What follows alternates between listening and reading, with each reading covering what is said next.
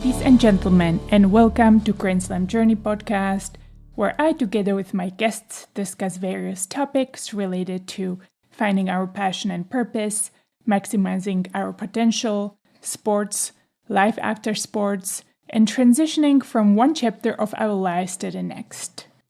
Today's episode is slightly different than some of my previous ones. I invited on my podcast Phil Lyne. Phil is the owner and coach at Thrive Coaching, a cognitive transformation coaching practice that helps individuals gain a deeper understanding of themselves, both internally and externally, to achieve their goals and live a more fulfilling life. Phil and I met about a decade ago when he worked at Verizon and I worked at Ericsson. Although it has been about a decade, I remember Phil distinctly. His voice carried leadership, but also curiosity. He was a great listener and someone you can have a business conversation with, but also connect personally outside of work. Little did I know about some of the struggles that Phil had gone through in his life. Phil is a single father of 3 teenage daughters whose mother died suddenly as a result of homicidal violence in 2016. Phil shares his struggles with dealing with this trauma.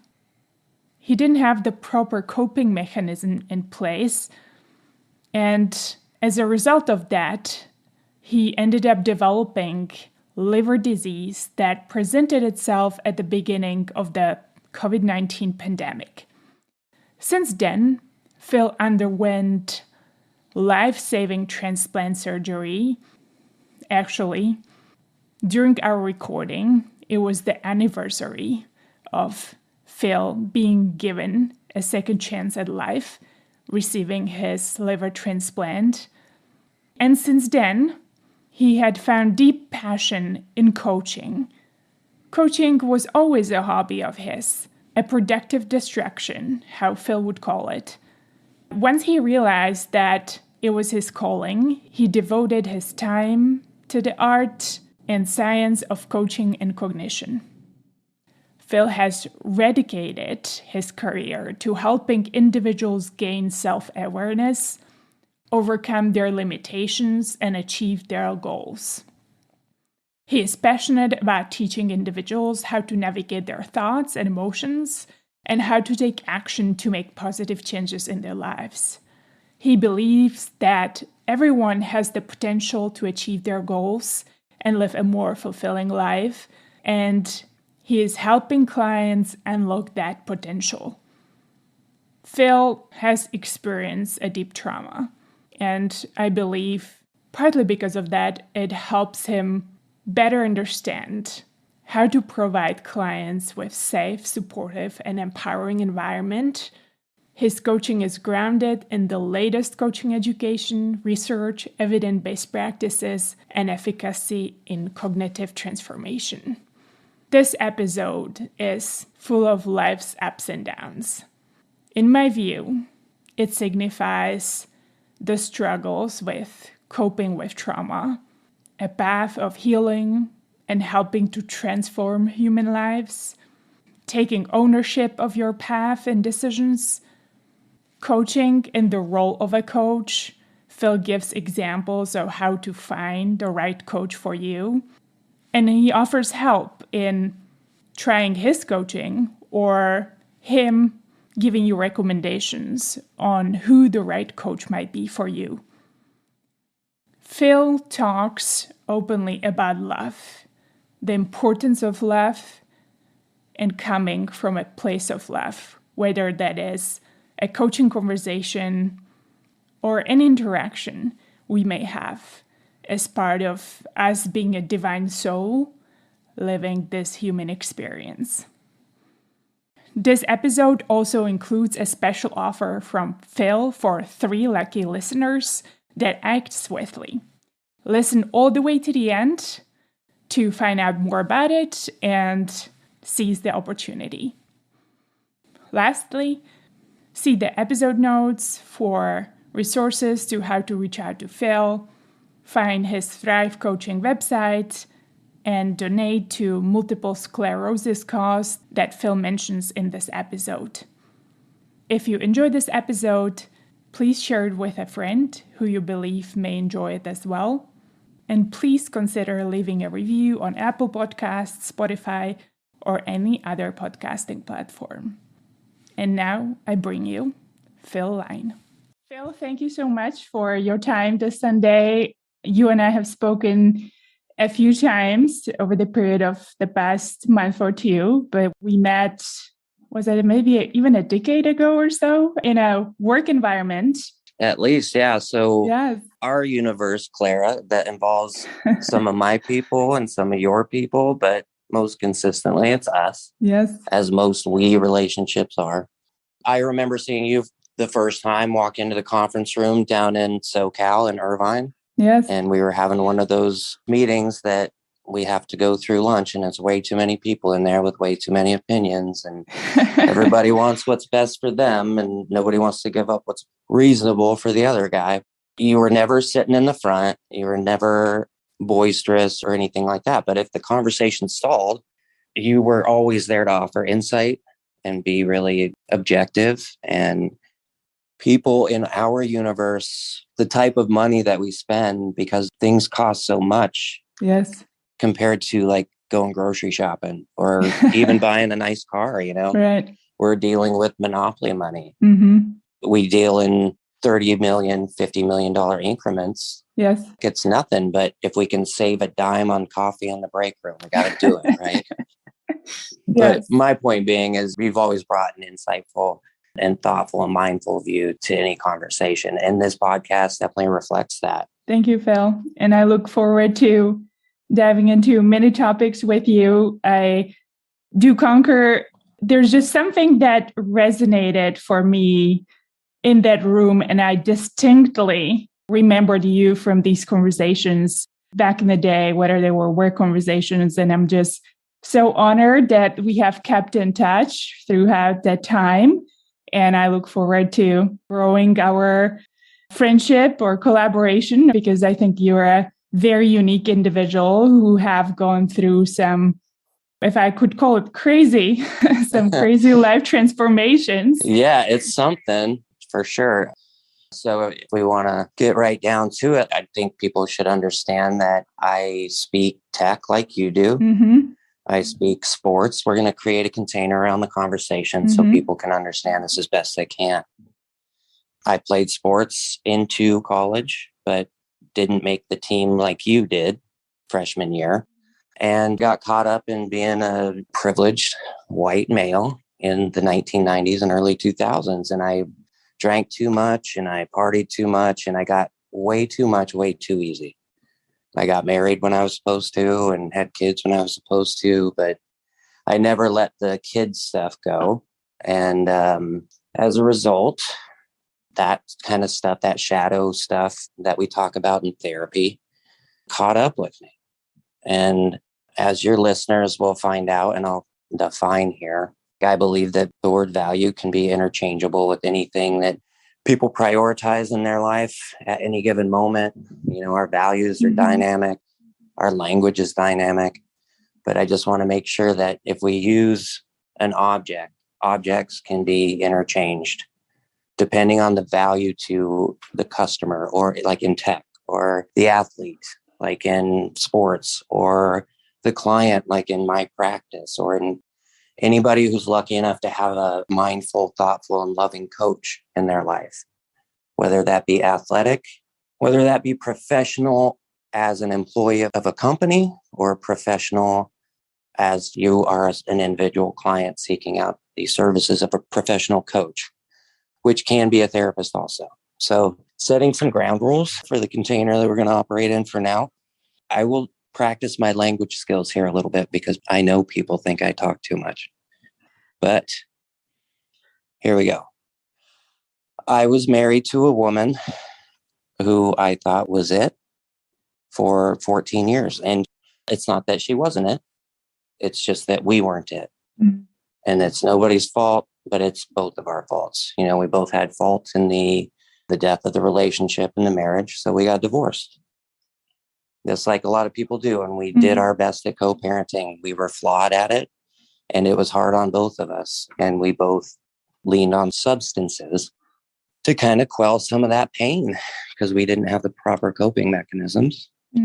So we both drank a lot while we were away from each other, newly divorced and trying to manage kids in a co-parenting schedule with 3 daughters under the age of 10 and younger that had ballet, had soccer, had school, had friends. And now we were all of a sudden doing it alone half the time instead of together. We both got to dating and found other people to have fun with, but the same kind of fun that we had always had, a lot of alcohol and a lot of drama. And my ex-wife was dating a man, and I'm just going to try and stick to the facts here and no emotion, but there is emotion. So she was dating a man named John Charlton, and he was, by all rights, this like sweet, caring guy, like we all are when we're presenting our best selves forward, but not necessarily our true selves. And he unfortunately was a predator. Oh my gosh. And my ex-wife was next on his list. There's some details here that we might want to tell listeners that it's pretty graphic and gory. This is the kind of stuff that is international. And one of my best friends, when it all went down, he's like, dude, this is People magazine stuff. In our world, when magazines used to exist, she was in it. This was that big. So they went out to the opening night of the Seattle Mariners season, which we often did together, or all of us together, all of our friend group and our ethnocentric group, if you will. And just a normal night out. They hit the dueling piano bar after and had fun like dating people do. And they got home. Nobody knows what happens in between them getting off the bus in Mercer Island. Between Safeco Field at that point in time, it's now T-Mobile Park. They got off the bus, and that's the last camera angle that we had of her and all the evidence. So however it came to be, he ended up strangling her to death and then proceeded to dismember her. Oh my God. And, you know, that's probably gory enough. Yeah. It was horrible, and 3 daughters and a father that is capable but didn't want to be. So, oh my gosh. Needless to say, I took it hard, as did my children and the people closest to us at the time. And I'll get to there's growth in all pain, right? And you alluded to it, your last one with the ladies that you have coffee with every once in a while. I want to mention their names, Dana and Anna. Yes. Right? Okay. So I'm an alcoholic. I'm a sober alcoholic now, but I drank a lot. And so much so that when my ex-wife was murdered, I didn't slow down like I should have to obviously pick up the slack where I need it. But I had such a great community around me and such an incredible support system that it kind of backfired in my face, and I didn't take the ownership that I needed to. And I was in a situation where I tried to drink myself to death. So that stuff, it either catches up to you or it doesn't, and you're not around to realize that it did, right? Yeah. I went on March 16th of 2000. There was something brewing coming from China that grabbed all the news. And that day, March 16th, I think it was the day before everything shut down, or right around that time for COVID. I went to the emergency room because I was vomiting blood and among other things. And I was diagnosed with end-stage liver disease, of all things. And that's the death sentence to an addict that can't quit. And I know more people that choose the easy road, which to some people seems like the hard road, I feel like the environments that alcoholics kind of consolidate and commune in, which can be like these incredibly dynamic and fun, dysfunctional and completely codependent family units, because they're there as long as we're all in the same misery boat. We had friends die from liver disease and like not subtly.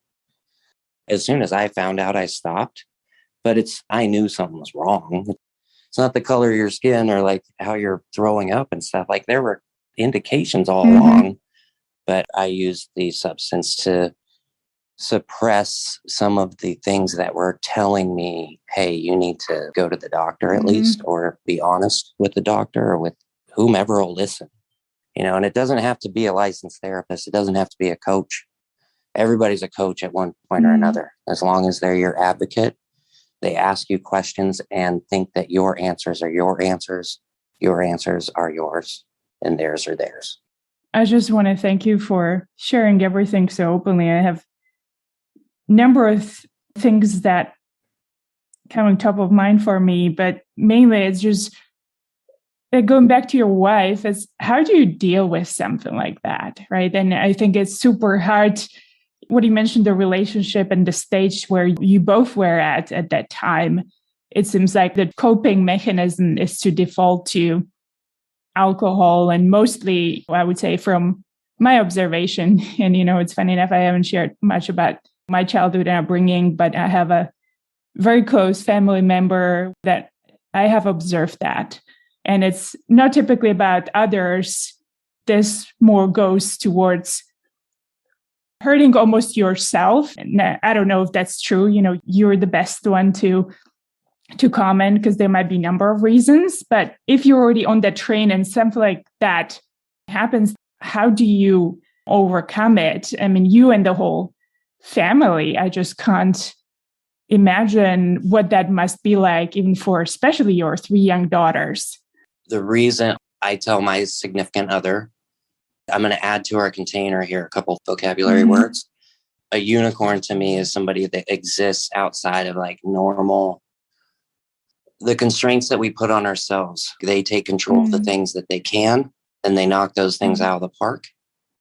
And the things that they cannot, they take a deep breath, make sure one last time that there's no questions left to ask, and then they let it go. So, and I think in my life, you're going to hear some themes here in these containers that we talk about. And it's my values are love and helping other people. But, not always, right? I get angry too. And my kids piss me off, and I probably piss them off more than they do me. But I have a note to myself right here to read, is to slow down and be easy on myself.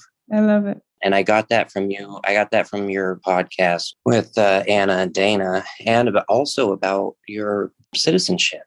I don't think that trauma is a competition, but you saying to me, hey, Phil, I understand what you went through is really difficult.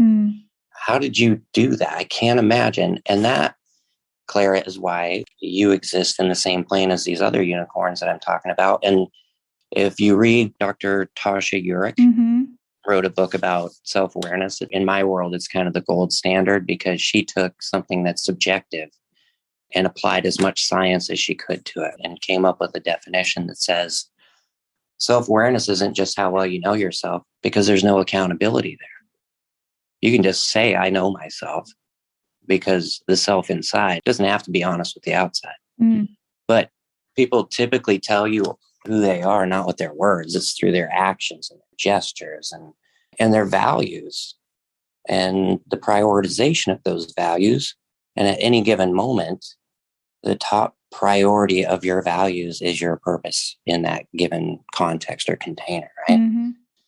So just to add that to the container, and then we'll bring it back to your question, because as a coach, I'm never supposed to just give you an answer. We need to fine tune it, right?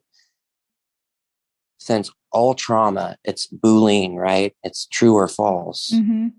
Your trauma is the same as my trauma, is the same as everybody's trauma. And that alludes to my view of coaching. There's a modern day philosopher called Ken Wilber.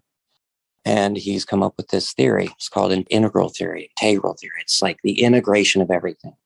And he posits that if we take anything and substitute it for anything else, as long as we take the broadest and deepest view possible of wherever we are in our stage of development, then that's the most comprehensive perspective that we can take and should take before we make a choice, make a decision, take ownership of something, right? And every day, Clara, we have a chance to take ownership of our lives. Yes. If trauma cannot be worse for somebody than it is for somebody else, then I would posit the question to you. You've been through some shit too, right, Clara? Yes, I believe we all have. Okay. Yeah. Right. So as your coach in this container, can you give me like the first 3 things that you would do in a crisis situation or a traumatic experience? Going back to the past and my upbringing, it was a chaotic time that I lived in until I moved out of my house. In some ways, the tennis was an outlet for me, and I focused on that sport and I buckled down. And my default is to focus on what you can control and try to tune out everything you can't. And the second thing, what happened to me, I've always felt a responsibility to be the protector. I feel I've been, in many ways, a therapist and a coach for my mom for many years, ever since I remember. She would be the one I would sit there with her and listen, and she would tell me this or that because she didn't have anyone she could share this information with in such an open way. And so I think that upbringing really shaped me. And I think just that responsibility of being the older sister, always looking out for the family, always be the one they could lean on. And I guess in some ways, the value of growing up in such an environment, that time helped me to handle responsibility well. That was the value that some of my upbringing brought to me, and that I think I just built on that later on in my life. And let me just stop there. I don't know if that makes sense. Let me repeat back to what I think you're saying to me in my language and see if you understand it correctly. And this is in my business what I call, if cognition is thinking, metacognition is thinking about thinking, or the difference between thinking and the thinking about thinking, because meta is everything else, everything we can't fathom yet or measure. So what you're saying is that you've been through trauma. And I understand it as your mom or certain family members that you have probably been through similar trauma that they could relate to. And it comes from a place of maybe some assignment of responsibility and basically identity. Who are you in your family? Because I hear you talk about identity a lot, especially with your new citizenship. Yes. And the ladies that you talk with regularly, which I'll keep bringing up because I love, you just get to sit at the kitchen counter with your friends and everybody gets to be a fly on the wall with that, right? I love it. So that reminds me to come back to a place of love. Like if I always come back to my primary value, which is another word of saying purpose, right? If we lead with the value that is most valuable to us, that would be our priority or purpose, we're probably going to end up in the same place. So if I come at you with this question that I'm about to ask, I need you to know that I don't just say that I love people. I would challenge anybody in my current universe to argue that. If we all experience trauma and nobody's trauma is more important or less important than the other, then it would stand to reason that the people you receive your trauma from learned how to apply the trauma that they gave to you or to said somebody else, say my ex-wife, that they probably were in a similar situation sometime before they exhibited that trauma on somebody else or it happened to them. But we want to stay away from assigning blame. Ingrid, my ex-wife, was not wrong. She didn't put herself in a dangerous situation any more than any of us always do when we go out drinking and having fun with people. She just happened to run into the worst guy at the worst time, and who knows, said the worst thing at the worst moment. Yes. But that's not her fault. Just because she went out with the wrong guy, just because she wanted love, she wanted to find her person. We're all looking for, and it might be in our kid, like with your mom. Yeah. She loves you enough to trust you with that information. Yes. And not take it as, oh my God, I don't need you to parent me.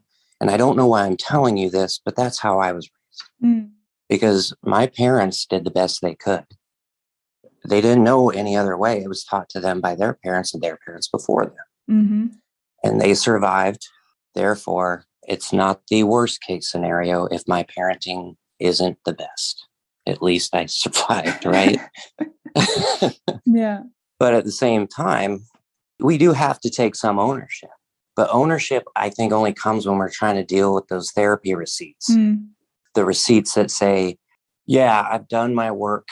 I put in the time to rub out some of that shadowy area in my mind to where I used to lie to myself about what was wrong and that I was just drinking for fun, or I was just drinking because I wanted to.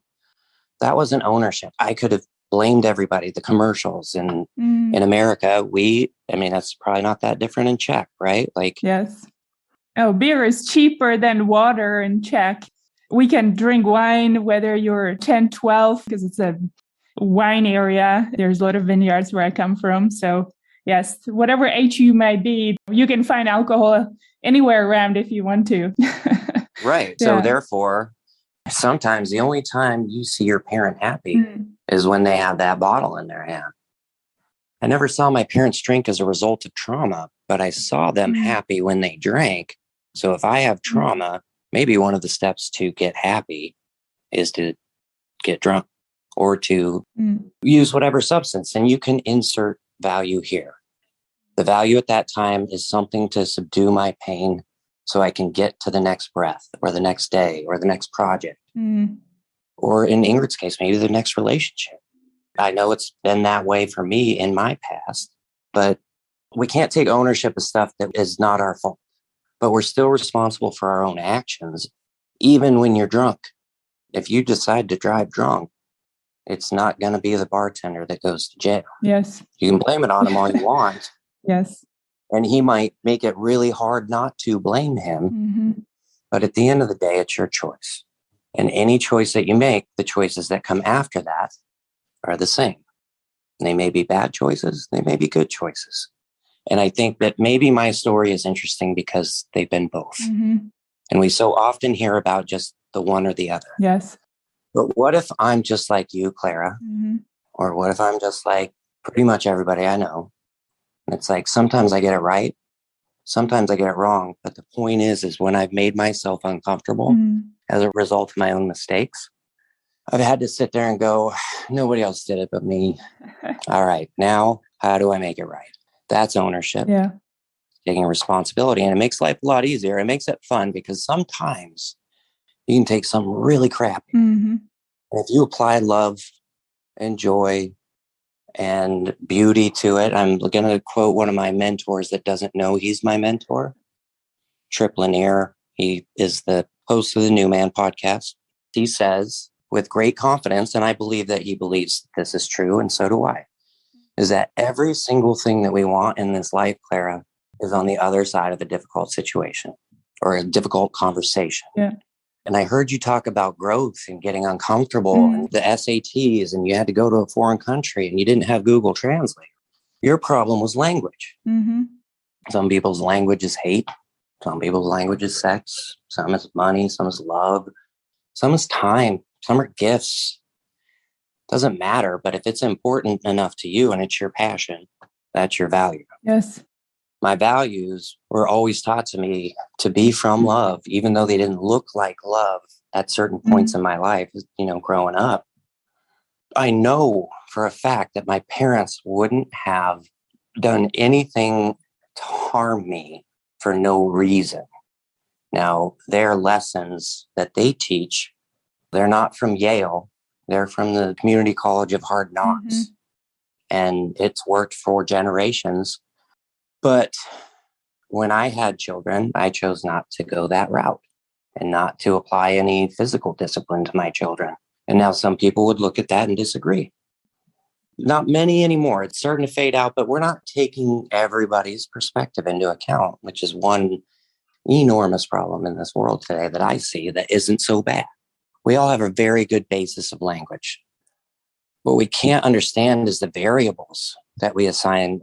I can tell ChatGPT that, to me, anytime somebody says the word value, I substitute it with the word love. Ask it a question, teach it that about love, that value can equal love. Ask the same question and you'll get a different answer. It knows what love is. It doesn't know how to feel it. It knows it by definition, which is good enough. I could say something really crazy right now and say that Donald Trump has created the exact universe that he wanted. Yeah. He's one of these unicorns, but then we get into the gray area of like evil genius, right? Yes. Like if you're a Nazi doctor, yeah, you fix Nazis. What's the matter with you? But no, they don't. They fix humans. They just happen to be Nazis. And the doctor happens to be a Nazi too. But if you adhere to the Hippocratic Oath, you could be a Jewish doctor and you would still treat that Nazi.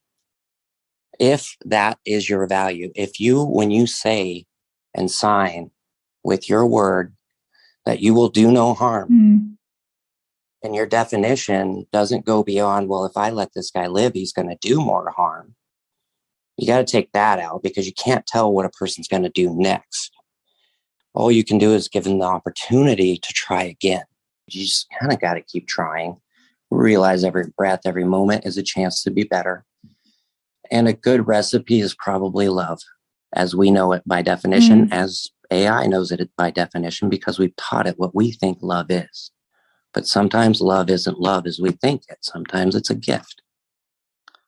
Sometimes it's picking up the 6-pack of beer for your husband or your wife before they get home because, you know, they like it and they don't abuse it. But you know what? You had a damn hard week. And that's just how my universe works. Is that Nazi doctor? It might be a little codependent if there's an addiction problem. But at the end of the day, if it's done out of care, the only reference point you can go back to and say as an excuse is like, I did it out of care. Well, that's not good enough. I need you to define what that value you just said was named care actually means to the greater good. And in integral theory, there's 4 quadrants. There's the I or the me. Then the next is the we, the me and the you, or the membership. And this applies to everything, business, tech. It applies to management. It applies to coaching. It applies to, there's integral psychology. Like you can apply the technique because it's a way of gaining more perspective of, okay, now we have a membership of we. Well, now what does the we look like to other people so we can present the we as a good thing to bring more people on board? And you can see how that might work in business is the function of marketing. There's a we, Apple. Yeah. There's a they. Basically nobody at this point that doesn't have some piece of Apple equipment within their reach. But you're responsible for somebody's wellness at Apple, are you not? I work on standing up health programs with partners that help inspire humans to live healthier and safer lives. So it's a very value-driven purpose.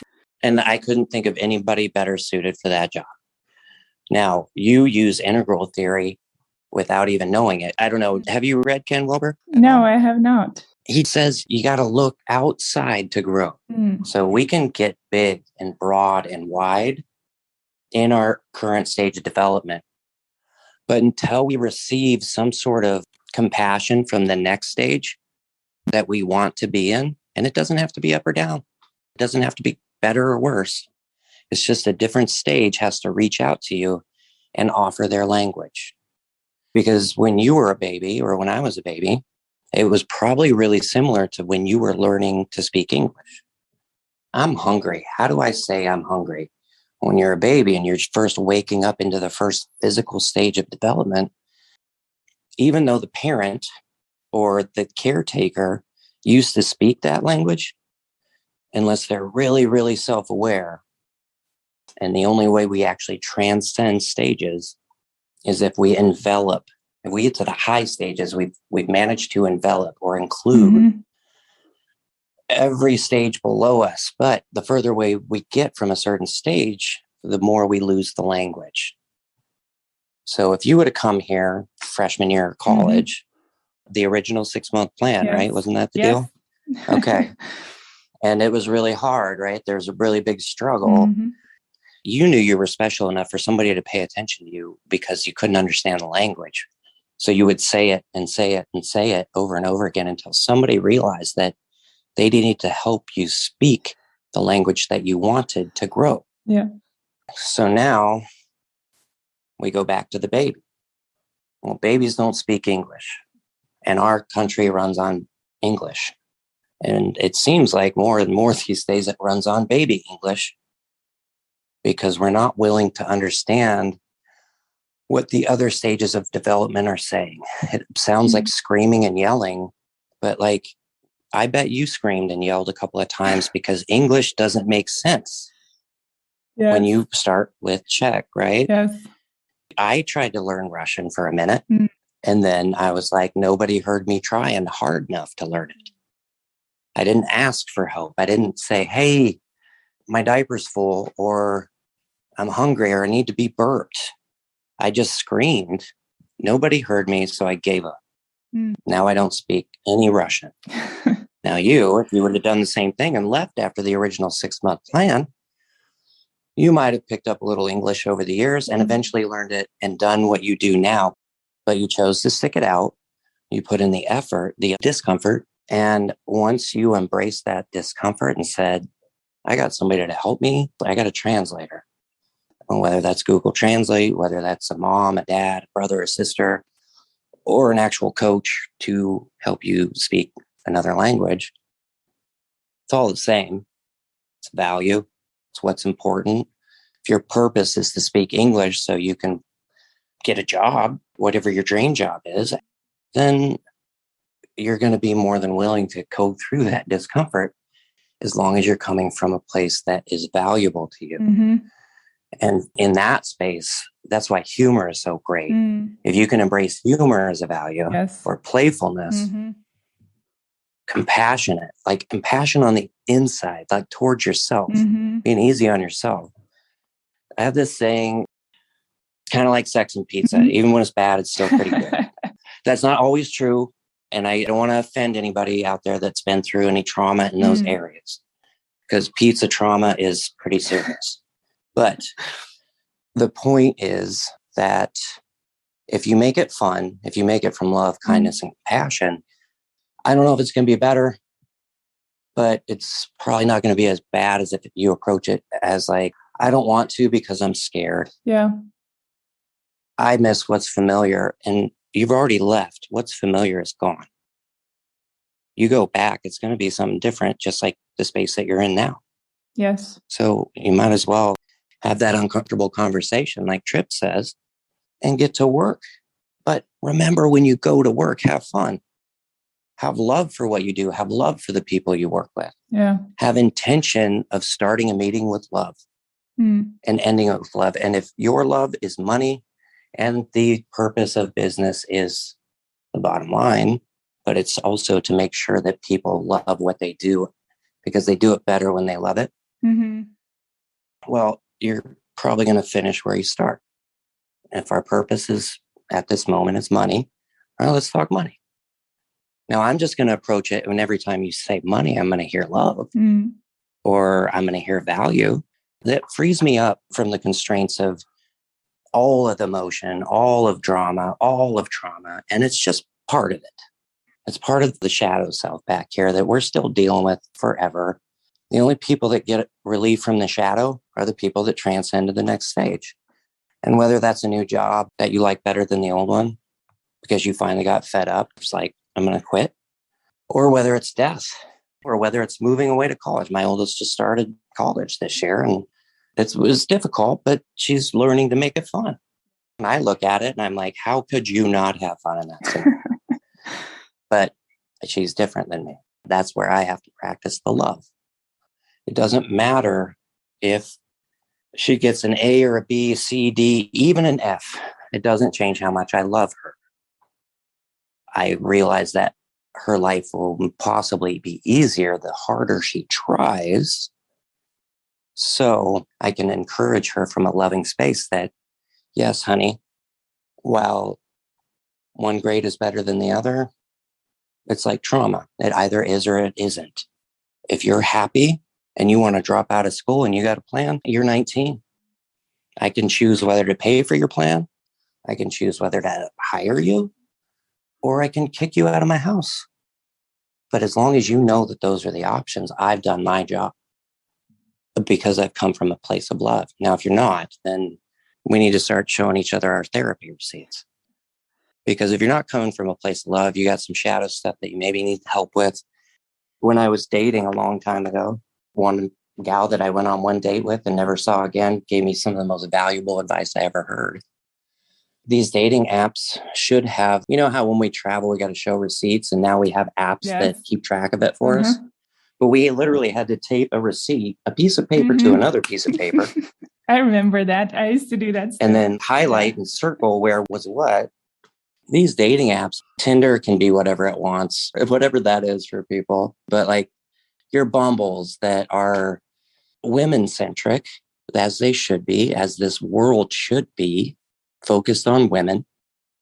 So the men start the conversation in that area only when the women choose their profile.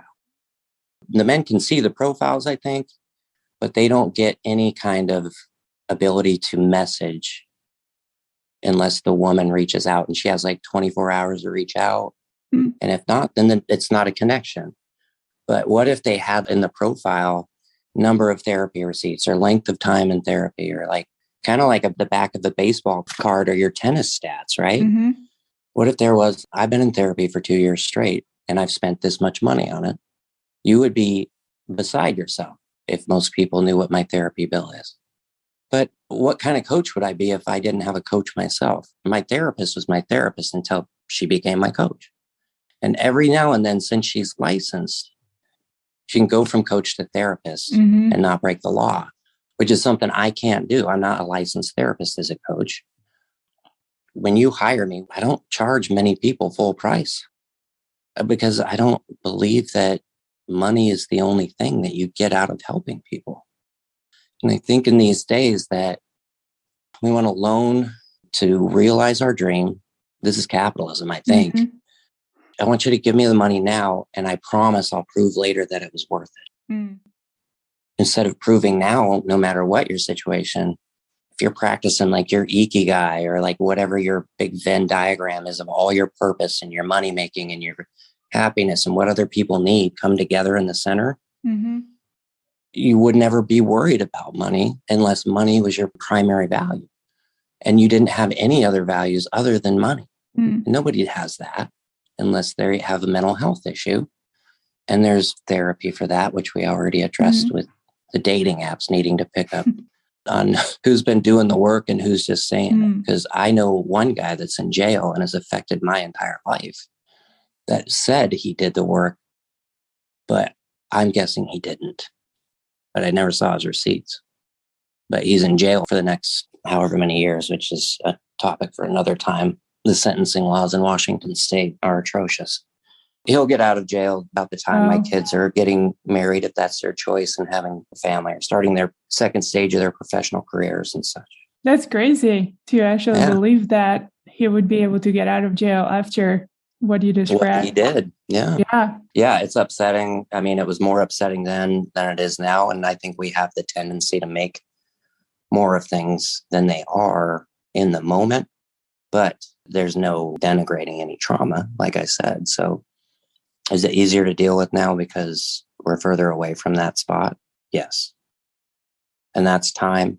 And that's patience. That's hard work to get as far away from the feeling that you had at that space and time to the space and time that I have right now. I'm literally sitting in like this perfect environment for this call and can't believe that we get to have this conversation and we're going to make other people listen to it. But they always have the choice to turn it off in the car, right? Yes. Don't turn it off, please. Don't turn it off. There's so many beautiful things, Phil, you said. I 100% agree with the playfulness and I would say the compassion, because even going back, you asked me a little bit about my background and you and I seem to grow up in somewhat similar environment. I would say it was the tough love upbringing. And, in some ways I could complain about it, or looking back, I could look at it and say, look, I've learned how to rechannel it, but finding a compassion, especially for myself later on in life, it was one of the huge things, like not being hard on yourself and how much easier life can be when you aren't. Oh my gosh, how much fun, how much fun it can be. And it literally took me forever because I always had coaches or family member or somebody around who would tell me, you're not good enough. Anything I have achieved or goal I have achieved wasn't good enough or on par with expectations.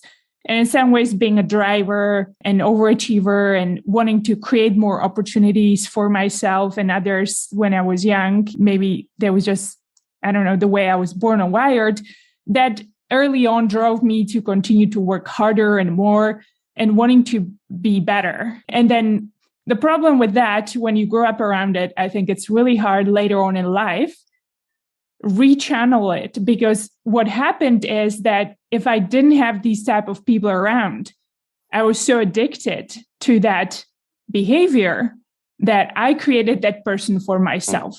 So if I didn't have anybody tell me what I've achieved wasn't good enough, I created that harsh inner coach, Clara, for myself, because that's what I thought I knew that will make me work harder so I don't get complacent and lazy. Now, I thought that was the good thing to do.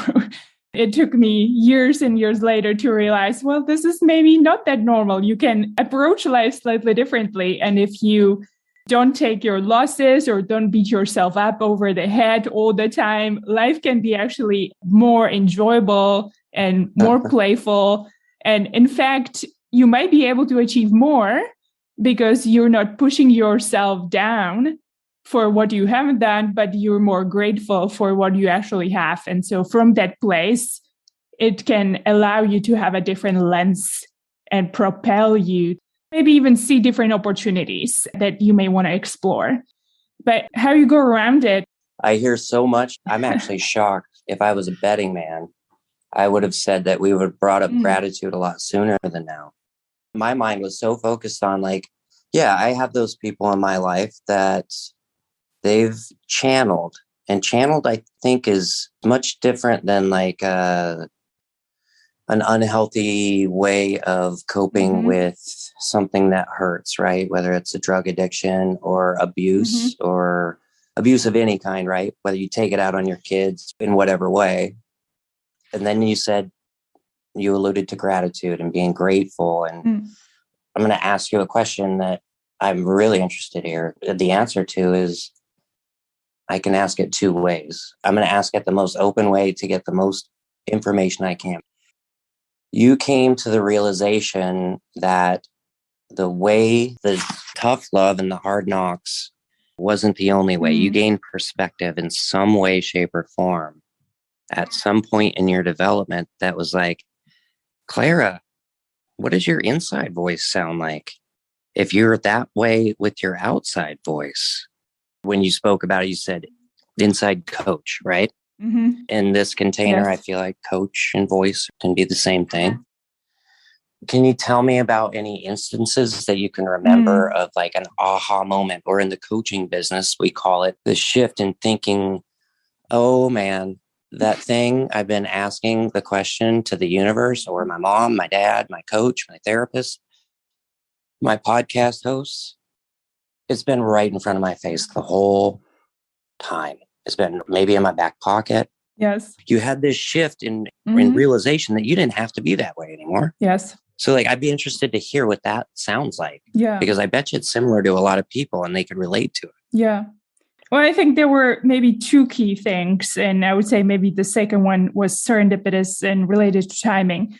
But I think at some point, I used to get so angry at myself. And it was like huge rage. And I know where that anger comes from. It's for therapy and longer podcast, drill deep down. I would love to be at the kitchen counter with you ladies about that one, because I have a theory.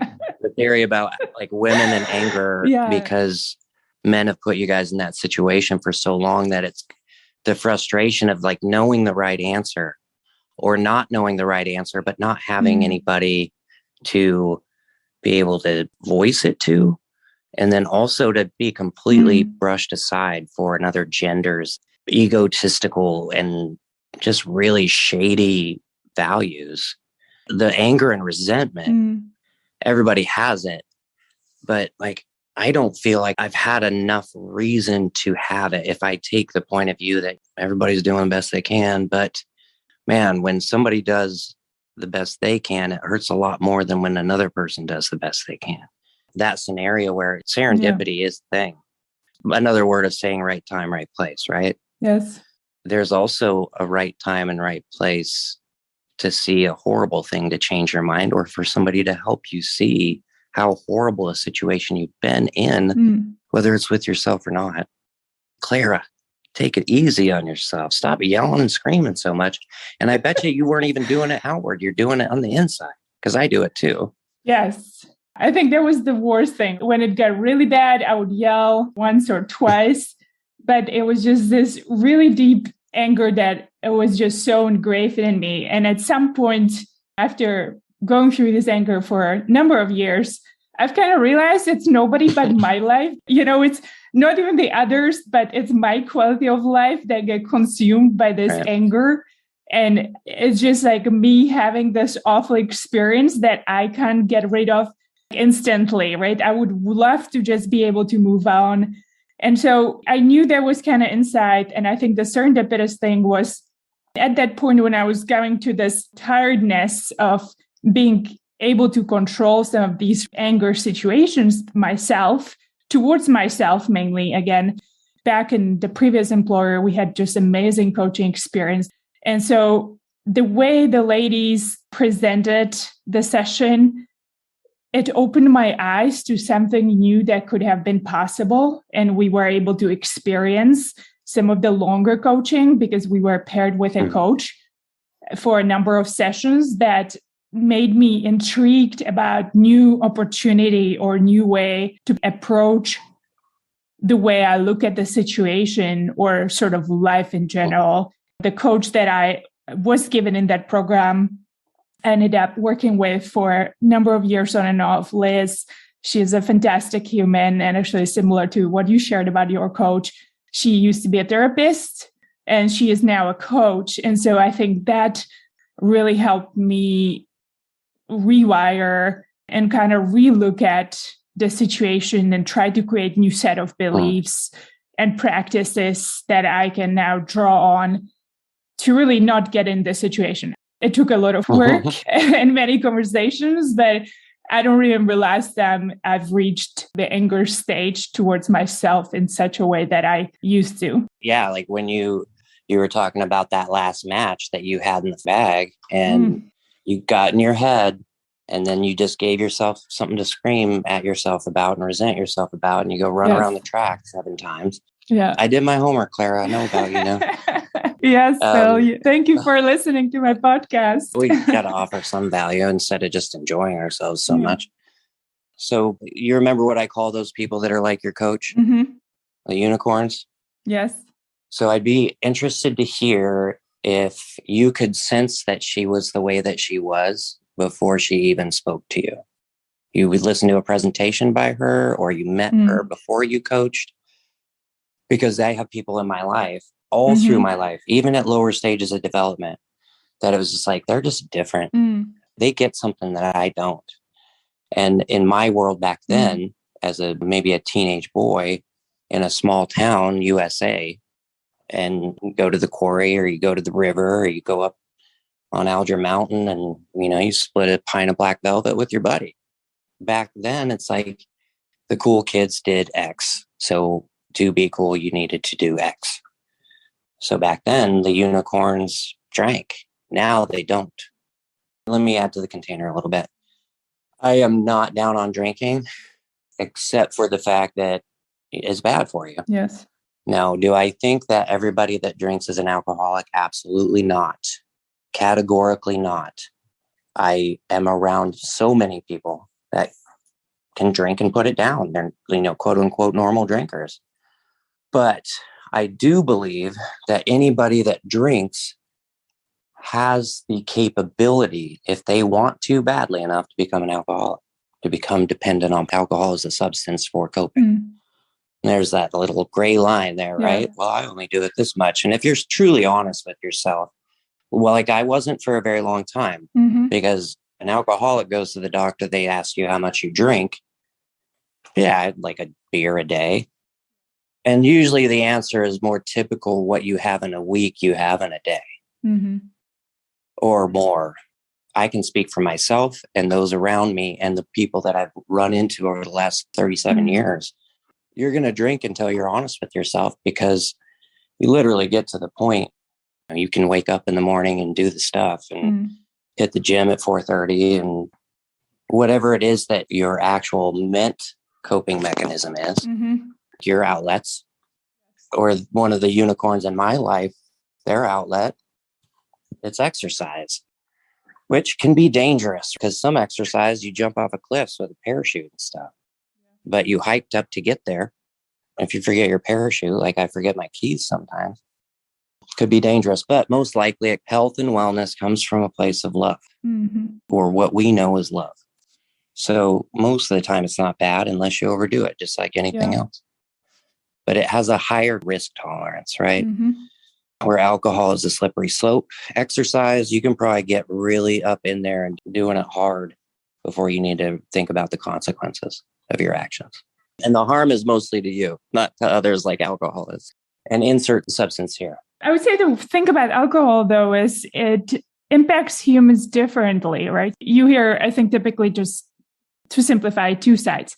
One is you become a happy drunk, or you become an angry drunk. And maybe there's something in between. You could be happy and angry. But, one of my family members, when he would drink, it would manifest more in anger. And I guess that could have been happiness in that moment, but really the aftermath of that was way closer to that negative anger side.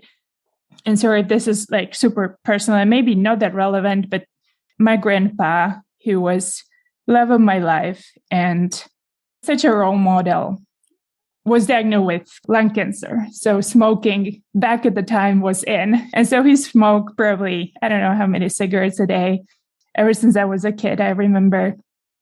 And so when he was diagnosed, he could decide to stop smoking, or he could decide to continue. And he was perhaps close to 70s. And just because he did it for so long, he pretty much couldn't quit anymore. He went from maybe pack a day to maybe like a couple of cigarettes a day, but he made the decision at that point that he just can't stop smoking. This is the bill of sale that we get when we take risk, whatever risk that might be. But my heart is right there because you're reliving that moment. For me to take myself back in that way and be that vulnerable, which is what's necessary in this moment, according to my values, is to say, if you have a toxic relationship with somebody or something, like a substance, you can tell yourself all sorts of things to make it easier to excuse effort. And addiction is one of those things. Sometimes it's too far gone. Somebody, in my case, I got in there just under the wire because I probably didn't have another 6 months, if 3 at that. For me, I was already looking for an excuse to stop. It was so much easier to quit alcohol than it was cigarettes because I smoked too. That's out there now. Like anybody didn't know that. I smoked so much.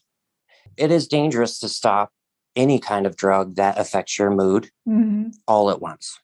Yes. That's just science. That's chemistry and biology. But there are ways to titrate.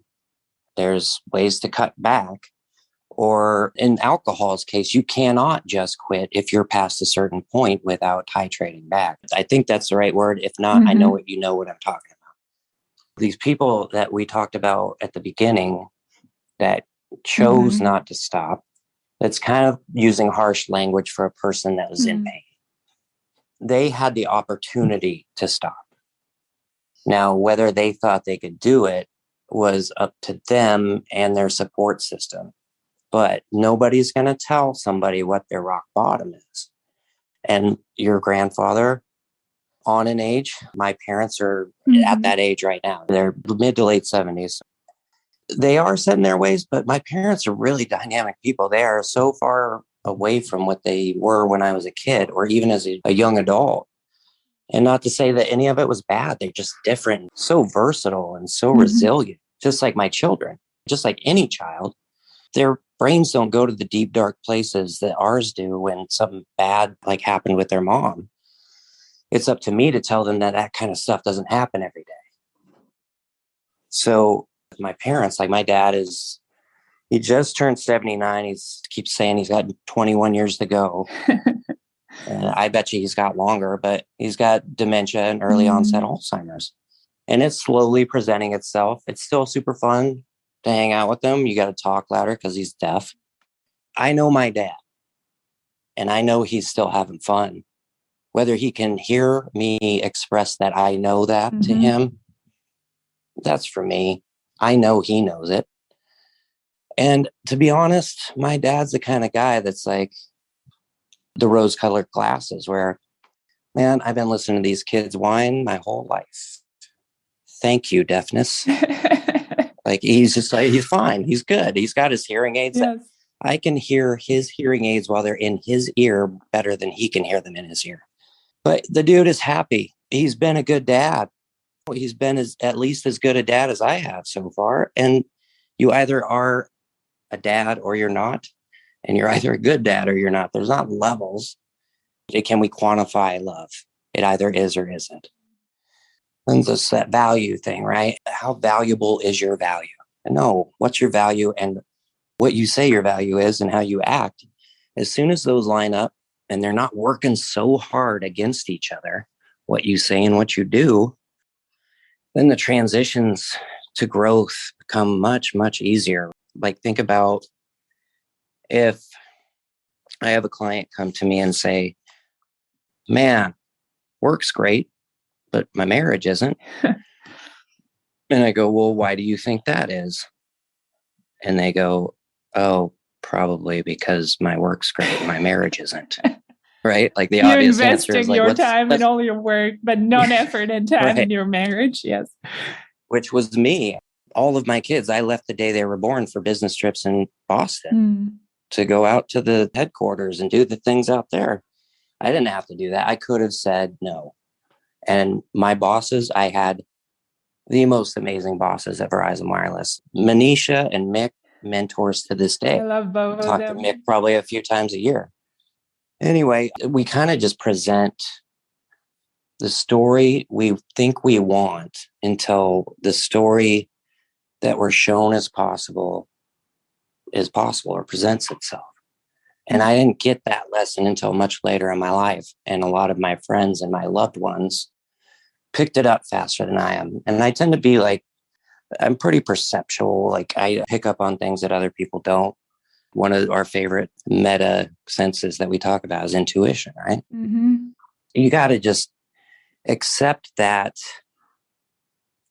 things are the way that they are right now because the people that are in the situation that they're in right now put in the effort to get there. Now, look at the situations that are full of love. Look at the situations that are full of alcohol. Look at the situations that are full of sex. Look at the situations that are full of laziness. Look at the situations that are full of love again. And tell me which one is better. Argue with me. Let's have this conversation for the rest of our lives. Yeah. Because I will not be convinced otherwise until you convince me otherwise that you have a definition for love that's better than mine. And again, it's not measurable. It either is or isn't. So I can accept your definition of love as my own. And I have no expectation that you accept mine because I know it to be true. Right now, if you don't believe me, I have enough love for both of us for it to be true to me until it's true to you. Thank you, Phil. So you asked me a question in there somewhere. And I just went on one of my classic rants. I guess I was wondering, just going back to my grandpa example, what opened your eyes in that position? Because you had, to your point, a lot of friends that stayed alcoholics and where they're still supporting you even through this crazy diagnosis. But somewhere in there, you realize that this is not a path forward anymore. And that made you totally rewire. And from where I said, and you correct me, but it sounds like on this path of healing, coaching, and you've always had that inclination, we talked about that, but that whole experience set you on a completely different path and how you lead your life and support others to create more joy or success, how they define success for themselves, or just more fulfillment in their lives. Yeah, and I had seen it done before by people that looked like me, which is kind of where we start our road to recovery. Mm-hmm. Again, value, interchangeable terms, mm-hmm. right? Recovery can be whatever you tell me your recovery is, because mine may not be the same. My imagination is only so big until I learn about yours, until I learn about my persons, until I learn about my kids when they go out into this world and come back and teach me all these cool things that we can do. If in the moment, and this is what in the moment means, you don't have another thought in the world, and that where you are, no matter the physical location, so your mental state or your spiritual state or your soulful state, as long as you can be there, all that trauma and that pain from the past, you're going to have to deal with it later, but you can come to some kind of peace with it. Mm-hmm. So you can focus on those people that look like you, and they may not physically look like you. They have a whole spiritual, soulful, and mindful makeup. But you can get out of the weeds far enough to see someone that's doing it the way that you want to do it, then you should start acting like that person until you become the version of that person that's you, that's even better. The outcome we don't want to limit ourselves with is comparing our beginning to somebody else's middle or end. Like, I can't compare to my dad. He's been around a lot longer than I have, and he's smart in ways that I can't even fathom. He speaks in decimals and fractions, and I'm an engineer and a mathematician, but my dad is a machinist. He machine fits things to the highest degree of engineering. Therefore, he has to be able to know what decimal point 15 100 is, or 32 40 seconds is, like that fraction type of stuff. He can just do it on the fly. Am I smarter than him? No, I am not smarter than anybody. In business, especially, what sometimes we can't understand when we're at the lower levels of the hierarchy is that when I was in leadership development there at Verizon, I worked in the area, and some of the people worked in the regions, and some of the people worked at the center of the package in the switch. Now, when I'd talk about stuff, I would get news from headquarters, and I would pass it through to, and not down, never down, pass it through, because we want to be as flat as possible. In our area of expertise, unless we're required to grow, your only job is to get broad and wide. Encompass everything about that stage of development until you have your shift and that aha moment. Then we get to transcend and be in the physical space of business, right? We go from employee to supervisor, supervisor to manager to director to executive to C-level, or vice president to C-level. In my mind, everybody's C-level in a corporation, and that's how business from an integral approach needs to go. If you're not the CEO, the CFO, the COO, you are the CWO, like you are. You are the CCO, like everybody should be. And that's the chief wellness officer or this chief cultural officer. And if you aren't one and you want to be one, start calling yourself that. Be that person that you see doing it the way that you like, that unicorn in your life, and open your friggin' eyes, because they're everywhere. And you don't find them at the bar. You don't find them at the field. You find them on vacation when they come out of their holes, because they spend all their time in the gym and at work and with their children. They spend the time with the people they value, because what's important in that is the people they love and the time that they have. And there's always more time. Time's this crazy man-made concept. I can always get up early.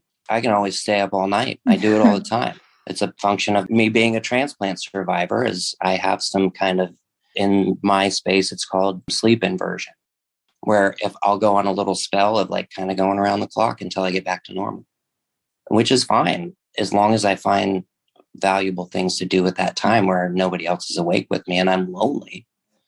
Well, I'm not lonely if I'm doing what I love. And this is what I love to do. And people pay me to do it, Clara. That's the bonus. It's like a tip. It sounds hokey, but it only sounds hokey to the people that aren't open to fun and playfulness, or have been traumatized by somebody that has caused them pain in this same space that we're in right now, because they asked for their money first. And if you go to my website, you won't be able to meet with me until we meet for free. And I always throw in the first coaching session for free. So we have discovery to get to know each other. That's our time. Yes. Just like this. This is discovery. Now, if at the end of this call, Clara, and here's my sales pitch, I've got 6 sessions to sell you, but you'll get 7. And I'm not selling it to you. All I'm selling here is, I bet you I'm not like the other coaches that you've met. And if I am, then you need to stick with that coach until he runs out of questions for you. Or if he's not asking the right questions, come to me and I'd probably be able to help you get right with your current coach so you guys can both exist in that space where you belong. I don't care as long as you get help in a loving way, that you're protected, that you're nice to yourself, that you learn how to be this unicorn that we all are. It's all there. And you know how luck favors the prepared? Unicorns work hard. They make their own luck. We can predict things that are going to happen in the future. I can time travel, Clara. I can remember my ex-wife at any point in time, and I can take my kids and her family back there by pulling out a physical photo of my daughter as a baby with my ex-sister-in-law, which is not my ex-sister-in-law. She was my sister-in-law at one point. I'll send a picture I just did this week and say, hey, can we tell my daughter what you were up to with her mother that day in that picture that you're in together? So that spawns that relationship between said family member on Ingrid's side and my daughter. That's my responsibility as a parent. That's the ownership that I've taken in the last 4 or 5 months, but been working on for the last, actually, goosebumps, 2 years. Today I went on the transplant list. 2 years ago on the 12th. It's the 12th today, right? Yes. Yes. Wow. Okay, so I went on the transplant list 2 years ago today. And then 3 days later, I had a new liver. And I wasn't sick anymore, but I did kind of die in surgery. Another 4 hours to open up my stomach again, and we fixed that. I liked the old guy. He was fun. But maybe it was time for him to transcend into the next level in some other universe. He's not me. Like, I am so different from that guy, but I'm so fortunate to have kept his experiences to teach to other people so they don't end up like me. They do better. They realize their own outcomes by not being attached to them. Now, if you're attached to an outcome and that's your value, well, it's going to come true. But why limit yourself to an outcome? Why not just enjoy right now? Yeah. My goal right now is to help you reach your listeners and bring some to you. And maybe we can help solve some people's problems. But we're not solving them. We're helping. We're asking questions as coaches. Until I say I'm taking off my coach's hat and I'm putting on my friend hat, or I'm putting on my dad hat, or I'm putting on my boyfriend hat. As a coach, I have an ethical responsibility to you to make sure that you've exhausted all the avenues that you have for solutions. The filter in my brain is dripping wet with question marks. So I try to apply as many question marks to a phrase before it exits my mouth. If anybody comes away with anything from this conversation, which I think is a lot there when I ask Clara questions anyway, is if every day you could become 1% more curious and 1% less judgmental, you're going to be a unicorn in no time. Einstein's theory of insanity is doing the same thing over and over again and expecting a different result. So if you've tried the same thing over and over again, maybe if you stop, take a deep breath and listen, because language is everywhere. If something's not happening, sit and listen, and life will tell you what to do. It might be to take a nap. It might be to meditate, but it might be to get off your ass and go to the gym. Yeah. This is me coaching myself right now, by the way. But sometimes you got to take another action to get a different result. Sometimes a positive action, first step towards a positive action, is going to result in some negative type feelings, but they're not negative. Discomfort isn't negative. Once we get out of our comfort zone, we're going to feel some resistance because not everybody thinks like us. And it's our job not to tell them. It's our job to listen, to see what language we need to use to convince them that they're amazing and deserve love. And that it doesn't matter if they love me back. We just give it. The point being is when we run out of questions, when we keep doing the same thing over and over again, find a coach that advertises love. It doesn't have to be me. If you want me to find one for you, I do that too for free. I have a bunch. I love that, Phil. I will ensure to add your website and your information to the show notes. Anything else you want listeners to remember, hear about you? I think this podcast is a beautiful example of perhaps what some of the coaching experience is like in your journey. I personally believe that unless you go through some really deep experiences, and I say it based on my personal experiences, I think we all need to go through quite a bit of struggle to realize who we truly are. Ooh, that's a good one. I think those make us more aware, understand others perhaps a little bit better, perhaps apply the compassion a little bit differently. You're certainly the person who have gone through a lot of things, and you've gone through some very dark times. And I do think that makes you very unique because you learn how to deal with that. You've gone to some deep places and you take that perspective, I think, for your current journey of reinventing yourself completely and helping to reinvent others. Well, it's a good thing because I didn't have to completely reinvent myself. There are some good and bad parts still in there that I deal with every day, and that's okay. I have a coach for that. I have a significant other for that. I have myself for that. I literally coach myself all the time. You know, we all have unique skill sets. Yes. And there's a reason why I'm good at what I do. Don't discount myself in that area. And you might hear me self-deprecate a little bit, and that's the old me's self-sarcasm and cynicism. But sometimes that's the language we have to speak to, especially those people that have been hurt or have perceived hurt been given to others by people that look like us. I can understand that it's happened. I'm not always privy to the details, but my only solution to people would be what I said is, if you're looking for a coach and you want a coach that serves your values, start with that value in your search for a coach. I would suggest that you find a coach that's certified and affiliated with the ICF, the International Coaching Federation, because those are the ones that you know have actually put in the training hours. They've taken the tests. Basically, it's the same as therapy licensure, but it's a little looser because it's an unregulated industry. But at the same time, regulation is coming. And that's why I wanted to get in now, grandfathered, so I could go get my therapy license. But even if I was a therapist, I would still coach. I think coaching has a greater effect because therapy, we sit in the past. Yes. Which it has its place, right? We need to unpack some things and get some things right. We can still be moving forward at the same time. But where our growth is somewhat stunted in the coaching area if you're not properly, addressing your trauma and your mental health. So my first and foremost priority, one, love. But if you come to me and you have some stuff that I recognize as trauma or a mental health issue.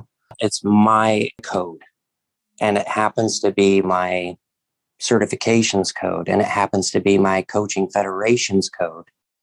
The only thing I need to be better than at coaching is to be the better referrer, whether that's for therapy or a good place to get flowers for your girlfriend that you forgot her birthday, right? That's coaching, right? Like, hey, how do I fix this mistake I made? Well, I've got a good flower guy.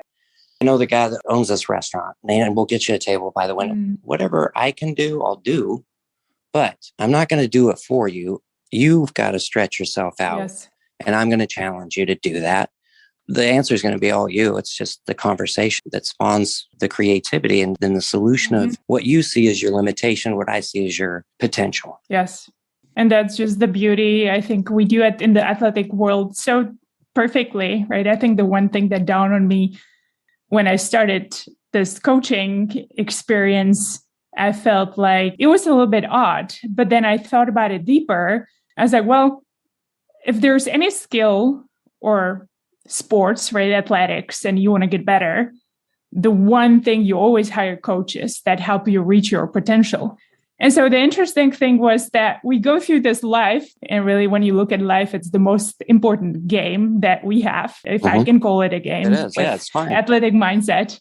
And we don't really have anyone to support us on this most important, really, it's one game because it's finite. We're all going to die. That's the one guarantee we have in life. We're all going to transcend in really some way. Yeah, maximize I could our agree potential. with you in that. Well, yeah, depending on what you believe. Right, That's a great belief. There's death of the physical body. We know that to be true. Like we know taxes to be true, right? Yeah. I agree. Like you'll even get these people that they've clearly won at the game of life. I would hazard to say like you and my significant other are very similar in that way. It's like, you guys get it. You just are the ones that keep wanting to get it more, or you're good with where you're at and you listen to me rant all day. So you get enough of your personal development from your boyfriend. If you can imagine everybody listening right now, how much I talk to her about this stuff. I love that. But everybody, John Lennon, imagine all the people understanding each other all at the same time, agreeing all at the same time, not on the thing, but on the language to use to talk about it. And I, like John Lennon and this is the first time I've ever been able to put my name in his space, except for karaoke, I guess. It's a fantastic song, by the way. I just listened to it yesterday, in the car. We had the piano guy play it last night. It was awesome. From love, while you're looking for a coach, you're probably going to find a coach, because some of them can trick you for a minute. And maybe that's the lesson that you needed to learn. But I guarantee you that coach is going to learn it too, and harder than you are. The only thing you lost is money. That coach that's faking like he's coming from love, but really coming from money, he's losing parts of his mind. He's losing parts of his soul, parts of his spirit, effort in to be a better person, to come from love. If you get scammed, I'm sorry. You can come to me for loving coaching. On the flip side of that, if you don't get scammed, that still help you find a coach. I hope that it's me, but if you don't think I'm awesome, then you need to go find your awesome, and I'll help you do that too. We're full service here. We recommend other coaches too. Fantastic. So can I plug something really quick I have on my mind? Yes, please. I have a donation page for a cause that's really important to me, muscular sclerosis. Maybe we could put a link somewhere. For sure. To the team page for the family member that is doing this amazing work with this awful condition. Maybe we find some sympathizers out there and we can get a little bit more money raised for the walk. So we'll be walking on April 22nd, Earth Day. I'll get the link to Clara. And also, Clara, I heard you ask me something in your last two podcasts. I was listening.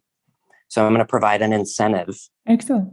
For the first 3 people to leave whatever kind of comment you want about any thoughts that this conversation provoked in you, listeners.